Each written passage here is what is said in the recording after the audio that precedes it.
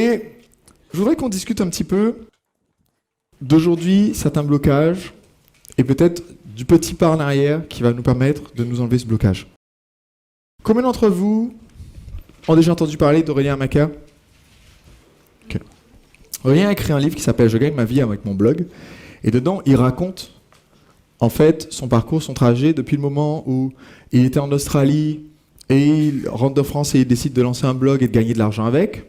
Puis un an plus tard, quand il découvre qu'au bout d'une année, il a réussi à gagner 2,65 €, ce qui en chiffre d'affaires quotidien n'est pas hyper motivant au quotidien, on va dire. Et comment il a décidé après de commencer à se créer un réseau, discuter avec plein de blogueurs professionnels pour apprendre les techniques d'affichage de publicité, etc., etc. Puis ensuite, comment il a découvert ce que je proposais pour aller préparer son premier lancement orchestré. Et dans le livre, il y a un passage qui m'a marqué. Voilà, après mon retour à Paris, fin août, j'ai décidé de rentrer en contact avec Sébastien de la même façon que j'avais fait avec Olivier, en lui proposant une interview. Alors ça, c'est une astuce, soit dit en passant, qui est extrêmement efficace. Si vous voulez rentrer en contact avec quelqu'un dans votre marché qui a beaucoup plus de notoriété ou qui peut paraître inaccessible, la façon la plus simple de rentrer en contact, c'est de proposer une interview. Et le plus souvent, les gens n'ont pas de filtre à interview. Aujourd'hui, parce que j'enseigne aux gens que la façon la plus simple, c'est de faire une interview, combien je reçois de demandes d'interview? Des tonnes. Mais la plupart des gens qui sont experts, qui ont l'air inaccessibles, qui pourraient être des super partenaires potentiels ou qui pourraient vous apprendre quelque chose et vous débloquer, la plupart de ces gens-là, comme ils ont l'air d'être inaccessibles, qui essaie de les contacter? Personne. Donc du coup, quand vous proposez une interview, combien ils en ont reçu dans la journée? Une demande d'interview. Donc en fait, c'est ce qu'a fait Aurélien. Il m'a proposé une interview et il dit, je voyais bien que Sébastien allait lancer une formation puisqu'il commençait à faire des webinaires et donc je savais qu'il était en quête de visibilité. Il a donc, comme prévu, accepté ma proposition et nous sommes convenus d'une date quelques jours plus tard pour faire une interview sur Skype. Et voici le deuxième point intéressant. Après l'interview, on a bavardé un peu. Alors, ce qui veut dire par on a bavardé un peu, c'est j'ai proposé à Sébastien de faire une interview de 45 minutes. On a fait une interview de 45 minutes. Et ensuite, j'ai dit à Sébastien, dis-moi, j'avais une ou deux questions parce que j'ai regardé ce que tu fais. Est-ce que tu as quelques instants? Et ensuite, il est resté 2h15 sur moi avec Skype. Et comme il me posait des questions par rapport à ce que je fais, etc., des questions intelligentes, il avait sûrement préparé un petit peu ce qu'il allait me demander. Moi, je trouvais ça intéressant. Je ne me suis pas rendu compte du temps qui passait. Mais du coup, il a réussi à avoir 2h15 de conseils comme ça, gratuits. Donc, acquérir une ressource, information, compétence, en échange de quelles ressources? Quelles ressources vous donnez quand vous proposez à quelqu'un une interview? De la notoriété, parce que vous lui donnez de la visibilité. Et donc, à la fin de ça, il m'a dit, je sais que tu as fait le lancement pour Olivier, donc j'avais fait le lancement d'Agir Réussi pour Olivier Roland, et j'aimerais bien qu'on fasse la même chose pour moi. Sébastien m'a répondu, écoute, je ne suis pas contre te filer un coup de main, mais pour une prestation de lancement comme j'ai fait pour Olivier, j'ai peur que le budget soit trop important pour toi. Ce à quoi j'ai répondu, il se trouve que j'ai de l'argent de côté et que je suis très motivé. Que se dit Sébastien à ce moment-là? Voilà 2h15 de bien investi. Donc à ce moment-là, on discute. Alors, combien d'entre vous comprennent à la fois l'intérêt pour l'intervieweur de proposer une interview et du coup de profiter du temps et de la notoriété de la personne interviewée? Combien d'entre vous voient l'intérêt pour l'interviewé d'être présent sur l'interview et même de répondre aux questions parce qu'on ne sait jamais quelles autres ressources, si ça aurait peut-être pas été lui un client potentiel, mais en discutant un peu, en donnant de la valeur, vous ne savez jamais quel peut être le retour derrière. Est-ce que tout le monde me suit? Okay. Donc je lui annonce le tarif. Il dit, effectivement, le budget était élevé. Contractuellement, je ne peux pas en dévoiler le montant exact, mais disons qu'il s'agissait de plusieurs dizaines de milliers d'euros pour commencer, soit l'équivalent d'une voiture neuve, toute option. Vous devez choisir, avoir une voiture neuve ou faire un lancement orchestré. Il a fait son choix et il a décidé de faire un peu de métro pendant un moment. À ces frais de démarrage, s'ajoutait ensuite une commission sur chaque vente. La proposition de Sébastien était cependant assortie d'une garantie. Combien d'entre vous se souviennent hier quand j'ai dit placer une garantie, on place la garantie sur nos forces. La proposition de Sébastien était cependant assortie d'une garantie. Si on ne réussissait pas à faire un volume de vente égal aux frais de démarrage, il me remboursait les frais. Combien d'entre vous pensent qu'il faut de la confiance dans son offre pour faire une garantie qui est basée sur le résultat? Combien d'entre vous pensent que ça facilite considérablement la vente quand il y a une garantie basée sur le résultat? Quelques jours plus tard, je recevais par la poste une proposition de contrat à retourner signer, accompagnée du chèque de règlement. Je me suis retrouvé devant un choix difficile. À ce jour, le plus gros chèque que j'avais fait était de 10 000 € pour acheter ma première voiture d'occasion. Et là, il me fallait faire un chèque de plus du double sans avoir quelque chose de concret derrière. Je demandais conseil à mes amis qui me disaient en substance « Mais je comprends pas Aurélien, vous allez vendre quel produit ?» Et je leur répondais à chaque fois « Bah, on ne sait pas encore. On va faire un sondage sur ma liste et on va trouver le produit que les gens veulent. » Inutile de vous décrire l'expression qui s'affichait sur leur visage en entendant ma réponse.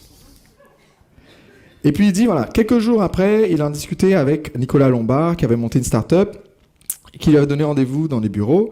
Et c'est en parlant avec lui que j'ai eu le déclic, dit Aurélien. Il dit, je me suis dit, j'ai rencontré Sébastien et il m'a fait une bonne impression, celle de quelqu'un d'intelligent et de sérieux. Pendant mon séjour en Australie, il a amené son entreprise de conseil en séduction de 0 à plus de 200 000 € de chiffre d'affaires et il est passé dans plusieurs grands médias. Il a fait le lancement de Agir et réussir d'Olivier Roland il y a quelques mois et ça a cartonné. Qu'est-ce que je pourrais lui demander de plus pour me convaincre de son sérieux? Monter dans une fusée, partir sur la Lune et me faire coucou de là-haut? Non, sérieusement, tous les indicateurs sont ouverts, maintenant il faut le courage de dire oui. C'est ainsi que j'ai fait le plus gros chèque de ma vie et que j'ai retourné le contrat signé à Sébastien. Et donc à ce moment-là, non seulement il a signé le contrat, mais le montant, dit-il, était tellement élevé qu'il a décidé de créer son entreprise rien que pour récupérer la TVA, ce qui était malin. Combien d'entre vous pensent que c'est une prise de risque? Avant même d'avoir vendu le premier produit, je crée la boîte. J'ai donc effectué les démarches pour créer ma première société et travaillé sur le projet avec Sébastien. Je me souviens d'avoir parlé avec la directrice de ma banque. Je lui disais qu'on avait signé ce contrat pour faire un gros carton et je sentais bien qu'elle n'était pas convaincue. Disait « Mais si, on va faire un gros lancement dans quelques mois !»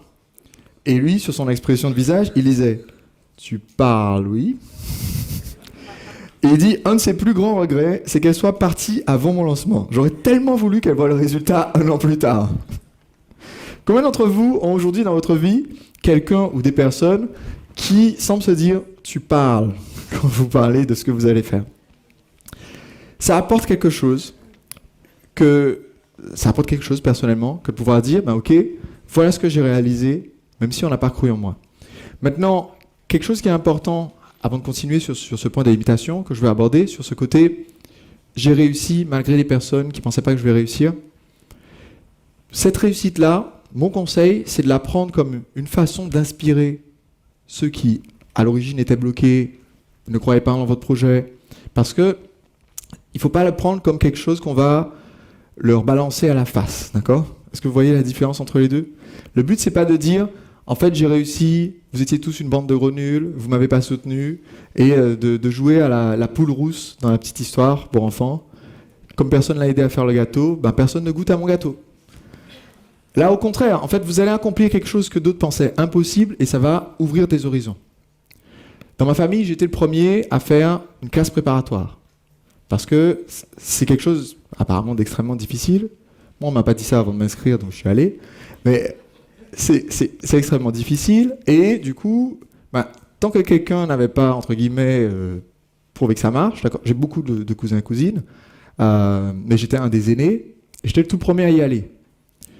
Maintenant, bon, j'avoue, moi, je me sentais un petit peu la pression. Hein, parce que quand j'ai passé mon bac, j'étais premier du département avec 1 point d'avance sur la personne qui était 2e.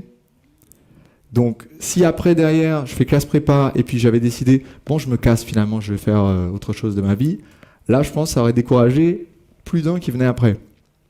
Mais derrière, quand ça a marché, j'ai pas utilisé ça pour dire, vous voyez, ça a marché, je suis génial, mais au contraire pour dire, en fait, c'est possible, voilà des astuces, voilà des conseils. Tout le monde me suit?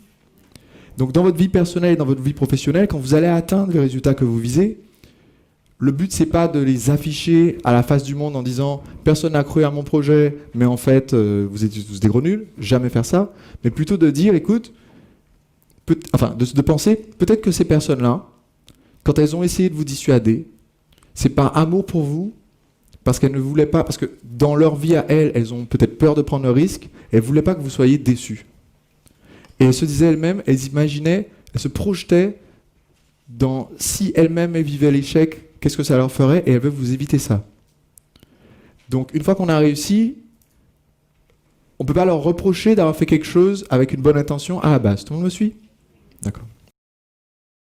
Alors depuis 2 jours et demi, on vous parle de l'importance d'être bien entouré.